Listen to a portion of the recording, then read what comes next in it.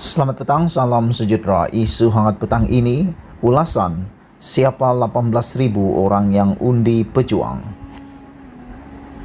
Seluruh 42 buah kerusi yang disertai oleh Parti Pejuang Tanah Air Pejuang tewas teruk dalam pilihan raya negeri Johor 2022 ini, termasuk yang ditandingi saya DN17 Semerah. Dalam konteks Malaysia, belum pernah ada mana-mana parti politik pembangkang mampu bertarung dan menyaingi lawan yang besar dan gagah secara bersendirian dalam pilihan raya. Ini realiti yang pahit bagi semua ahli dan pimpinan parti. Namun realiti ini sangat berguna. Ia mengesahkan bahawa teori pembangkang berpecah, pembangkang tewas kini menjadi kenyataan. Kos untuk mengesahkan pendapat ini agak tinggi. Tuan-puan, jumlah keseluruhan undi untuk calon pejuang ibarat yang bertanding itu daripada calon bebas, bukan parti yang diasaskan oleh seorang tokoh besar negara. Untuk menambah duka dan lara, Ikatan Demokratik Malaysia Muda yang juga sebuah parti baru mendapat hampir 50.000 undi berbanding pejuang yang hanya mendapat undi 18.000 lebih. Ini realiti yang harus diterima dengan lapang dada oleh semua ahli-ahli pejuang, kerana hajat sebenar pejuang menyertai PRN Johor adalah sebagai persediaan ke arah PRU 15. PRN Johor ini juga adalah medan memperkenalkan parti, baik logo, calon dan dasar-dasar parti secara langsung dengan para pengundi dan media secara terbuka. Walau bagaimana buruk sekalipun hasil PRN ini untuk pejuang, jumlah undi yang diperoleh ini masih agak baik dan melebihi daripada jumlah ahli pejuang di Johor. Di Johor ketika ini, ahli-ahli pejuang yang berdaftar sejak 7 bulan lalu sekitar 7.000 orang, dan undi yang diperoleh pejuang secara keseluruhan di PRN Johor ini ialah 18.692. Jika 100% ahli pejuang keluar mengundi, pejuang seharusnya mendapat 7.000 undi. Namun demikian, jumlah undi untuk pejuang lebih 18.000. Mungkin ada di kalangan undi oleh ahli pejuang disertai dengan 1 atau 2 lagi ahli keluarga dan rakan yang turut mengundi untuk pejuang.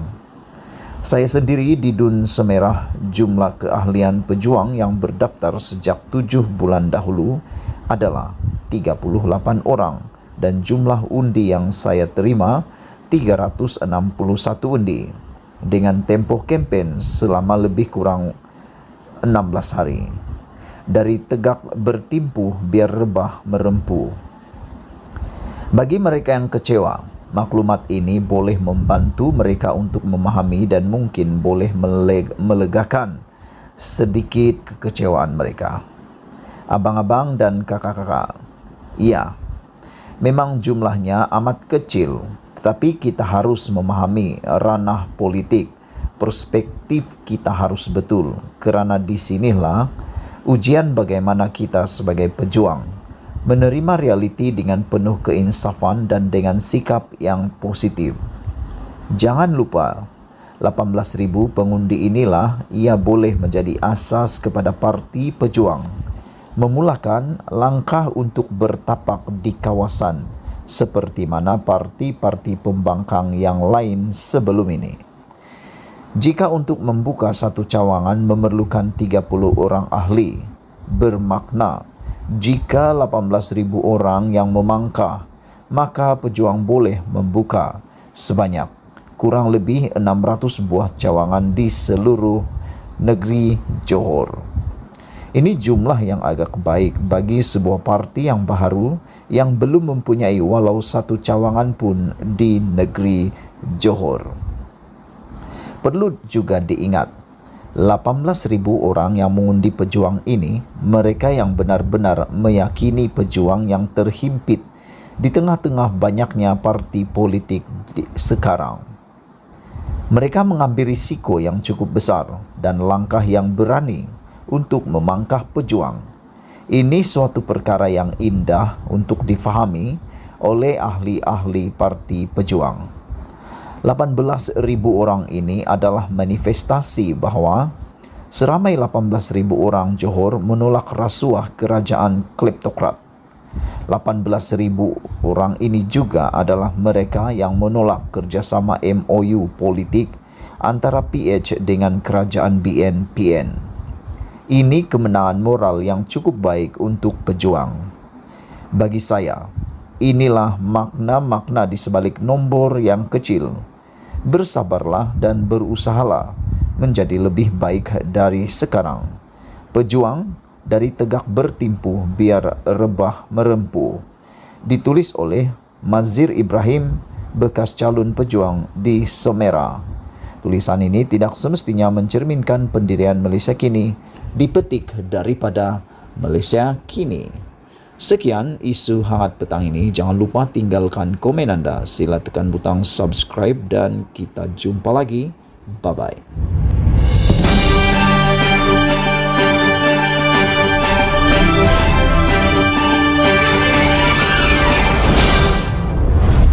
Selamat pagi, salam sejahtera. Berita yang mengejutkan daripada PRN Johor.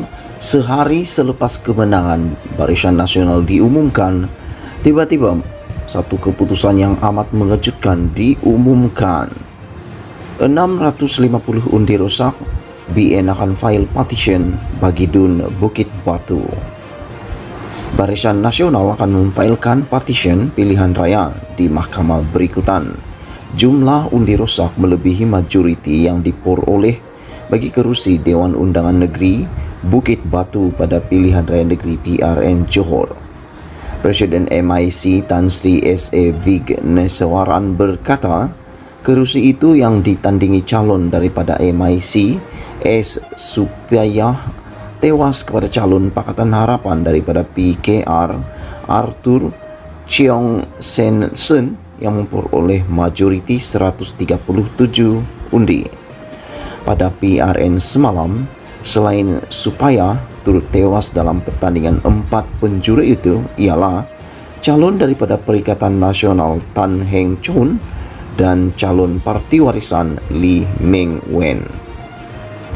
Kita akan memfailkan petition kerana semasa proses pengiraan undi dilakukan, kita mendapati undi rosak jauh lebih tinggi daripada majoriti, iaitu terdapat kira-kira 650 undi rosak.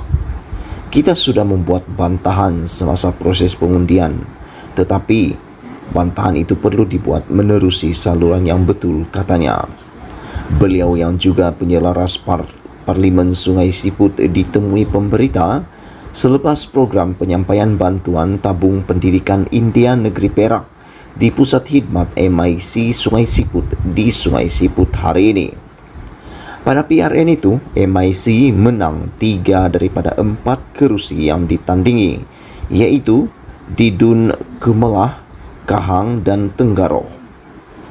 Sementara itu, Vignesawaran berkata kemenangan MIC di 3 kerusi yang ditandingi menunjukkan rakyat sudah menerima kembali dan mahukan BN menjadi kerajaan semula. Kita mendapati bahawa undi daripada kaum India telah balik semula ke pangkuan Barisan Nasional. Ini bukan lagi satu retorik. Mudah-mudahan kita juga dapat merasai sokongan kaum India pada untuk PRU 15, katanya. Pada PRU ke-14, MIC menang di kerusi Dun Tenggaroh dan Kahang, manakala tewas di Dun Gambir dan Skudai. Sekian isu hangat pagi ini. Jangan lupa tinggalkan komen anda. Sila tekan butang subscribe dan kita jumpa lagi. Bye-bye.